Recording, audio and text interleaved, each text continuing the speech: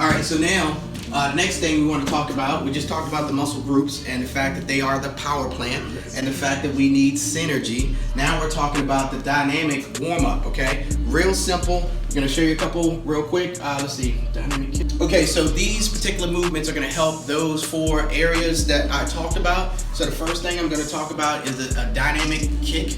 2 ways to do this, really simple, right? I know you've seen it before, but you probably hadn't had anyone to explain what's really going on, and you might not have seen it done correctly. All right, so I'm gonna place my hand here, make sure I have some stability, because this is not about balance right now. This is about range of motion and making sure I'm warming the body up.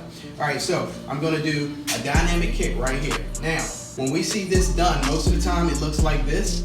Person's head and their upper body is moving and they don't really have a sense of what's going on. What's going on here is that we want to stabilize the hip so that as the leg moves, it is stretching the hip flexor and stretching the hamstring, and it's developing the ability to move in those full ranges with a stable core.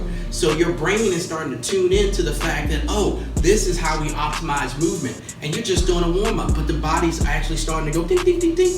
But when at the same time, if you go in and you just start doing something like this, you never develop that control. Think like a gymnast. You think a gymnast would be warming up like this? All over the place, just, right? No. You would see a gymnast, good posture, locking everything in. There's a difference here.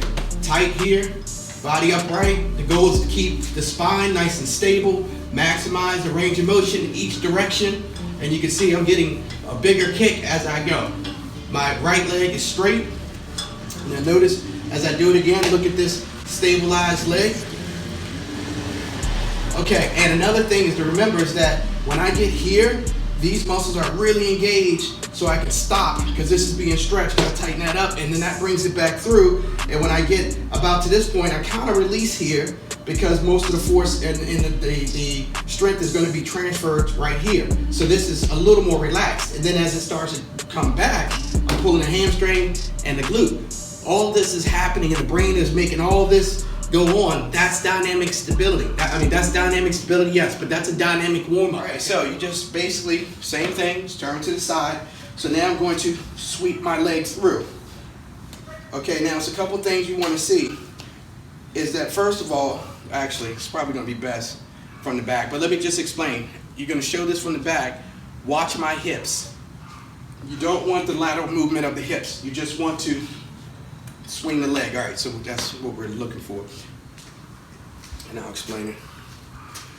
Okay, so basically as I swing, the goal is for my hips not to move and rotate. I know you've seen people do it that way, where they kick and they swing all the way, right? We don't want that. We want this stuff locked in so that when we swing, we keep the hips stable because this is all tight. And I'm contracting this, which stops this from keep going this way. If I tighten this up, it pulls the leg back. So if I actually use it at the right moment, you can see there's a moment where the body actually gets a kickback, and you would want to learn how that kickback, how it works. So in this position, turn.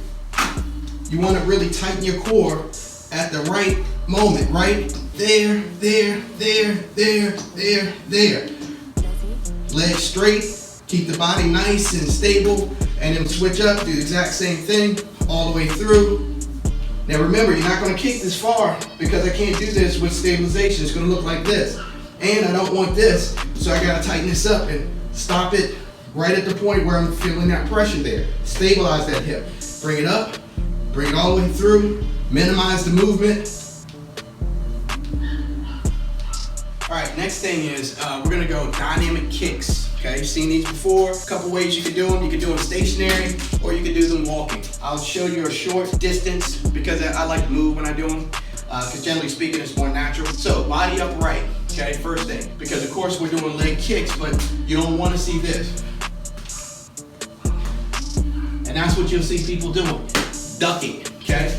Ideally, you want to be tall as you are, 100% of your height or 101% of your height. That's what we tell our athletes. So your body's upright. So when you kick, this bottom leg that remains on the floor, the support leg, has to be straight, stiff. And so does the leg that you're kicking. So if you kick this leg and you're like, oh, that's as far as I can go, that's as far as you're going to go. So don't go kicking your leg way up here with a bent knee just to get height. Body upright, shoulders back, keep all this nice and firm, and we're gonna boom, boom, straight, boom, boom. Now why is that important that they're really straight? Because we're pulling from the hip flexor muscle.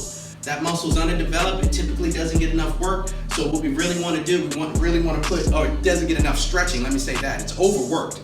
It's overworked for sure, but it doesn't get enough stretching. So ideally, we want to make sure that our body's upright and we're engaging right from that point. All right, so I'll show you one more time. Body upright, shoulders back. We're gonna, boom, straight leg, toe pointed back to my face. Why? More stretching the hamstring. If you were a ballerina or something, yeah, you might want to point your toe. No toe point. Let's do it again. Body upright. 1, 2. Look at me control the leg. The leg doesn't. You see people do that. One more time. Look at the control of the leg. All this core, dialing it in. Pop, right? Pop, pop, pop, pop, pop. Right from there. Now, you guys who are sprinters, 2 wheels, 2 feet, doesn't make a difference. We use these all day long. And most people can't stabilize the core when they're engaging them, which means you don't get great transfer. All right, we go.